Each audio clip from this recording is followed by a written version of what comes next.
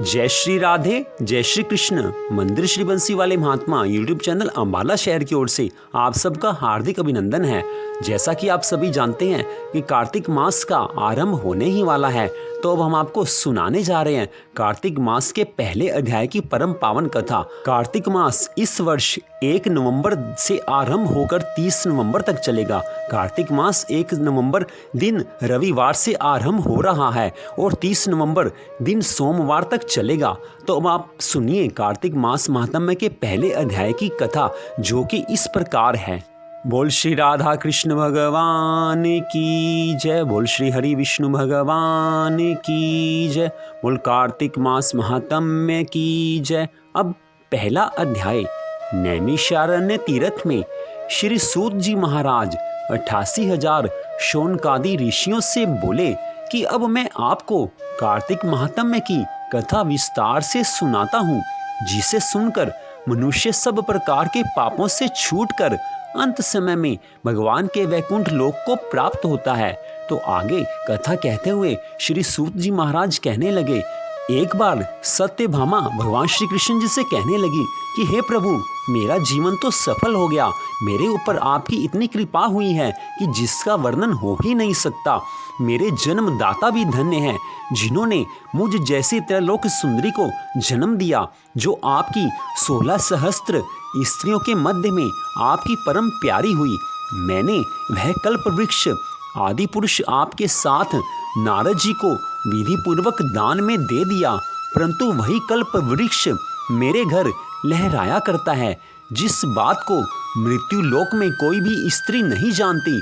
हे त्रिलोकीनाथ, हे मधुसूदन, मैं आपसे कुछ पूछना चाहती हूँ, जो आप मुझे प्रिय कहने की इच्छा रखते हैं, तो आप मुझे विस्तार पूर्वक कार्तिक महात्म्य की कथा सुनाओ, जिसे सुनकर मैं अपना हित करूं, तथा जिसके करने से कल्प पर्यंत भी आप मुझसे विमुख ना हो जाएं।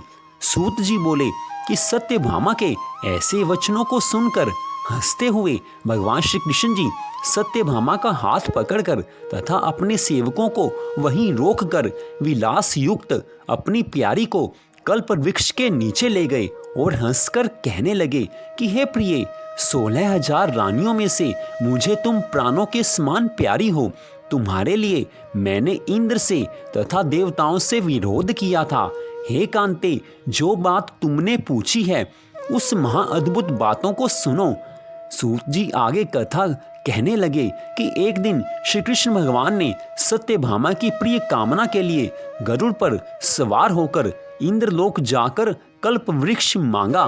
तब इंद्र के मना कर देने पर गरुड़ का इंद्र से घोर युद्ध हुआ और गोलोक में गरुड़ जी ने गौओं से युद्ध किया। गरुड़ की चोंच की चोट से उनके नाक, कान और पूंछ कट कट करके गिर पड़े और उनके रुधिर से 3 वस्तु उत्पन्न हुई। कान से तंबाकू, पूंछ से गोभी और खून से मेहंदी। इन तीनों के प्रयोग करने से मोक्ष प्राप्ति नहीं होती। तब गौओं ने भी क्रोध में भरकर गरुड़ को मारा, जिससे उनके 3 पंख टूटकर गिर पड़े। इनके पहले पंख से नीलकंठ, दूसरे से मोर, तीसरे से चकवा चकवी उत्पन्न हुए। हे प्रिय, इनके दर्शन मात्र से ही शुभ फल की प्राप्ति होती है।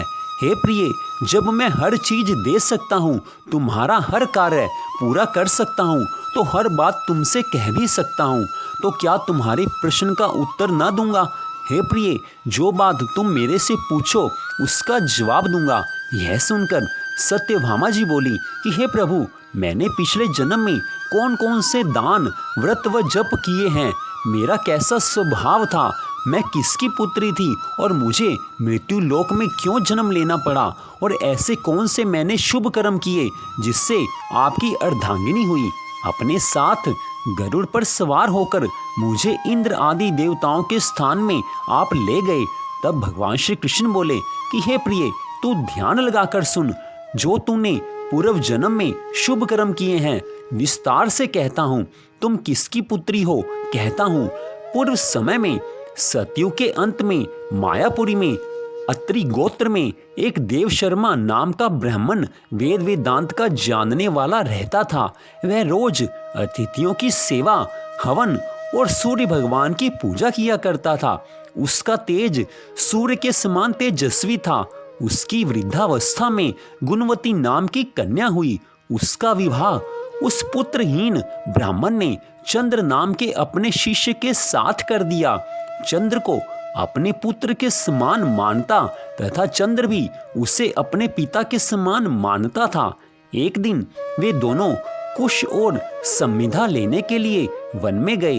हिमालय की तलहटी में भ्रमण करते हुए उन्होंने एक राक्षस को आता हुआ देखा।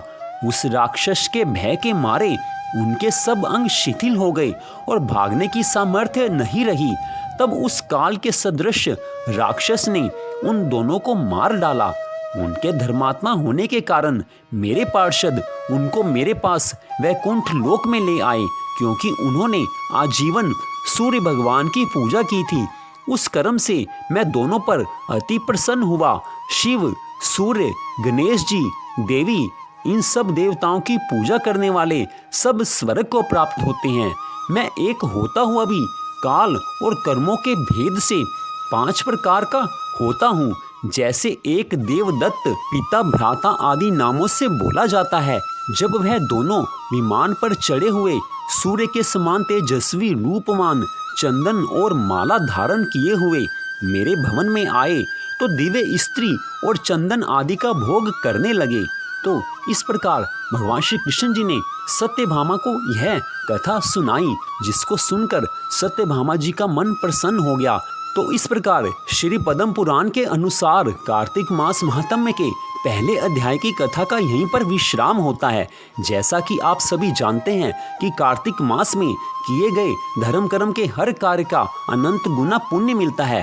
कार्तिक मास की तो देवी देवता भी प्रशंसा करते हैं कि इस कार्तिक मास में जो भी कोई भगवान की भक्ति करता है, भगवान की आराधना करता है, भगवान के नामों का जाप करता है, भगवान का कथा कीर्तन करता है, सुनता है और किसी भी तरह से भगवान की भक्ति करता है, उसके जीवन में भगवान इतना आनंद देते हैं, उसके जीवन में इतना सुख संपत्ति और आनंद भगवान देते हैं कि उसको जीवन में किसी चीज़ की कमी रहती ही नहीं है।